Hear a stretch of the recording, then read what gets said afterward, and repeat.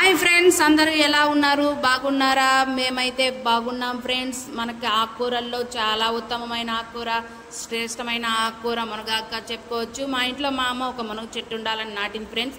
దాంట్లో అయితే ఆకులు చాలా బాగున్నాయి. మేము తీసి ఒలుచుకునేసి దాన్ని అయితే పక్కన పెట్టుకున్నాము. దానికైతే 2 తెల్లగడ్డలు, ఒక ఎర్రగడ్డ, అదేవిధంగా కొంచెం శనక్కాయ పప్పు, దానికి తగినంత మిరపకాయలు బాగా వేయించుకున్నాం ఫ్రెండ్స్.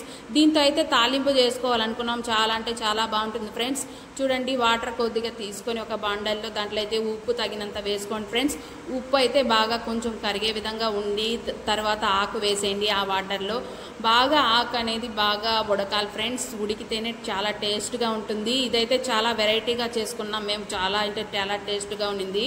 చూడండి ఫ్రెండ్స్, ఈ మాదిరిగా ఉడికింది. ఇంకా కొంచెం ఉడికితే కూడా పర్వాలేదు. ఉడికిన తర్వాత అయితే శనక్కాయ పప్పు, మిరపకాయలను అయితే మేము మిక్సీలో వేసుకునేనాం. దంచుకుంటే ఇంకా టేస్ట్గా ఉంటుంది. ఈ తెల్లగడ్డ అయితే పక్కగా దంచుకున్నాము. ఎర్రగడ్డ బాగా తరుక్కున్నాం ఫ్రెండ్స్. ఈ మునగాకైతే తీసుకొని ఉడికిన తర్వాత పక్కన పెట్టుకునేసి ఒక బాండలు తీసుకొని దాంట్లో నూనె వేసుకున్నాం ఫ్రెండ్స్. నూనె వేసుకున్న తర్వాత 2 టీ స్పూన్లు అయితే చాలు ఫ్రెండ్స్. దాంట్లో అయితే ఈ దంచుకున్న తెల్లగడ్డ, ఎర్రగడ్డ బాగా వేసుకున్నాం. కొంచెం బంగారు కలర్లో వస్తే బాగుంటుంది ఫ్రెండ్స్ టేస్ట్ అనేది. తర్వాత మునగాకు అనేది వేసేసాము.